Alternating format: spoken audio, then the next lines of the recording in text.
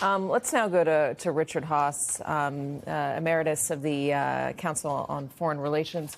Let me ask you about Vladimir Putin's intentions here, because there's a lot of distrust in the West for Vladimir Putin, but that distrust does not extend to President Trump.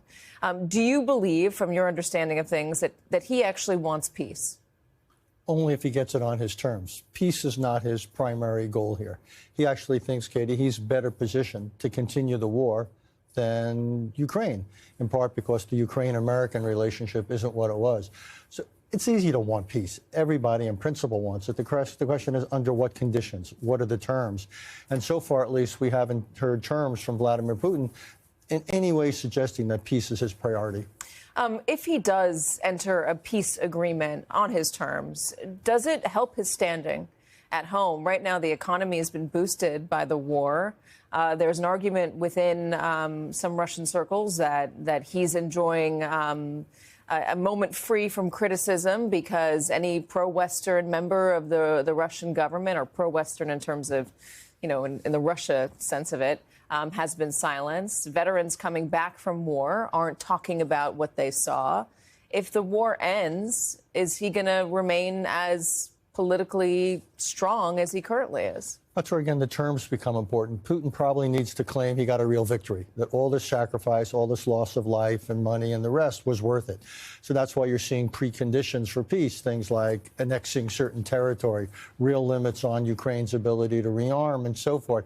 It gets dicier for Putin, I think, if there were peace terms. That would make it hard to say, well, why did we do this? Was it really worthwhile?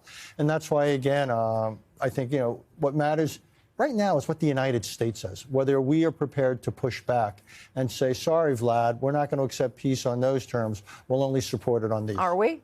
That's, the $64,000 a ruble question. And that is also clearly what Ukraine is wondering How about. does Europe feel right now? I had Kaja Kallas on the other day, and I asked her if she's optimistic, and she breathed a very heavy sigh, and then answered diplomatically, as she would do. Well, Europe's worried. Again, because President Trump has talked about his commitment to peace. He wanted it quickly and so forth. And what people don't know is what price he's willing to pay. You can almost always get peace if you're prepared to pay a high enough price. And the danger is President Trump might overpay, and then does that either leads Ukraine in the lurch, or we don't get peace. They continue to fight. In terms of Donald Trump's warmth toward Vladimir Putin, there's always a theory about it. Is he, a Russian asset? Does he want to make money off Vladimir Putin? The way that I see it, and I've obviously been covering him now for a decade pretty closely, is that he idolizes him. He sees him as a strong man in that region, in that sphere of influence, and he wants to have that sort of power, and that he wants to have his own sphere of influence. How do you see it? Look, in terms of what motivates anybody, I'm a simple guy. I don't worry about that. You never know what motivates people. All I do is look at the policy, and I look at what this president says and what he does. Whatever the motives are, my guess is we may never know. What about spheres of influence? Well, that's an interesting thing. The idea that the United States, with the president's pronouncements, is going to focus on acquiring things in the Western Hemisphere, from the Panama Canal to Canada to who knows what.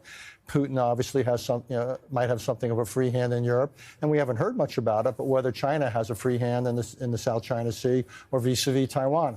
And that would be a classic spheres of influence world where each major power would essentially reign over its neighborhood. We might have to update our numbers, but as of last week, Donald Trump had talked publicly about wanting Canada to become the 51st state at least 17 times. There was an interesting piece in the Bulwark about Donald Trump's, they call it lust for Canada. They say it echoes Putin's lust for Ukraine. And they had some interesting language that I think is pretty parallel. In February 2022, Putin delivered a speech elaborating on the themes of why he wanted Ukraine. Our Ukrainian colleagues turned to us for financial support many times, he complained.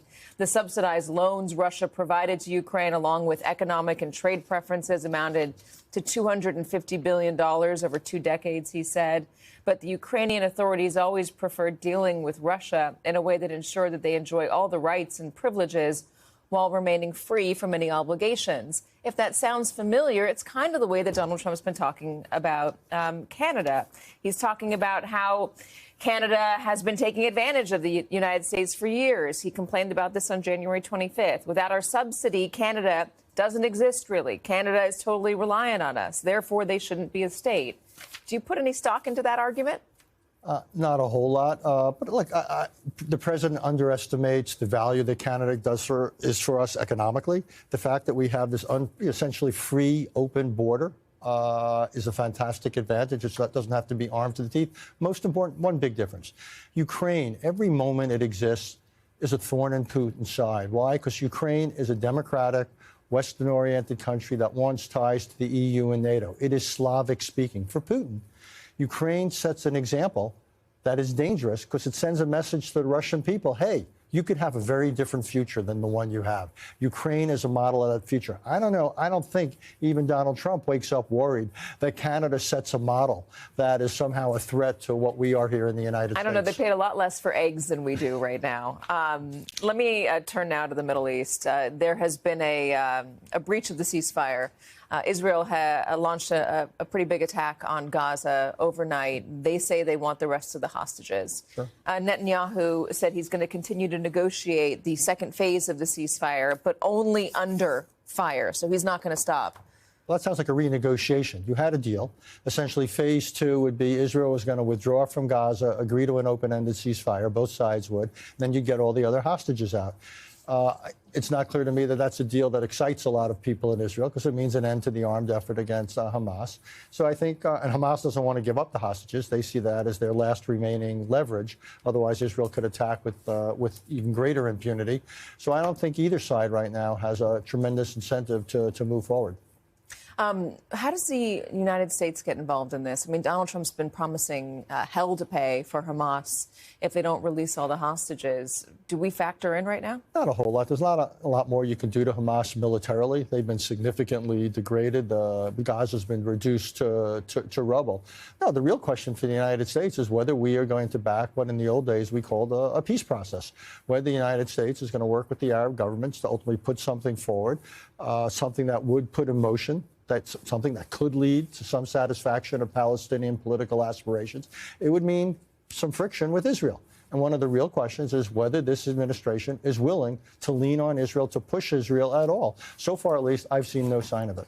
All right, Richard Haass, thank you very much. President Emeritus at the Council on Foreign Relations and author of the weekly Substack newsletter, Home and Away. Richard Haass, again, thank you so much for joining us.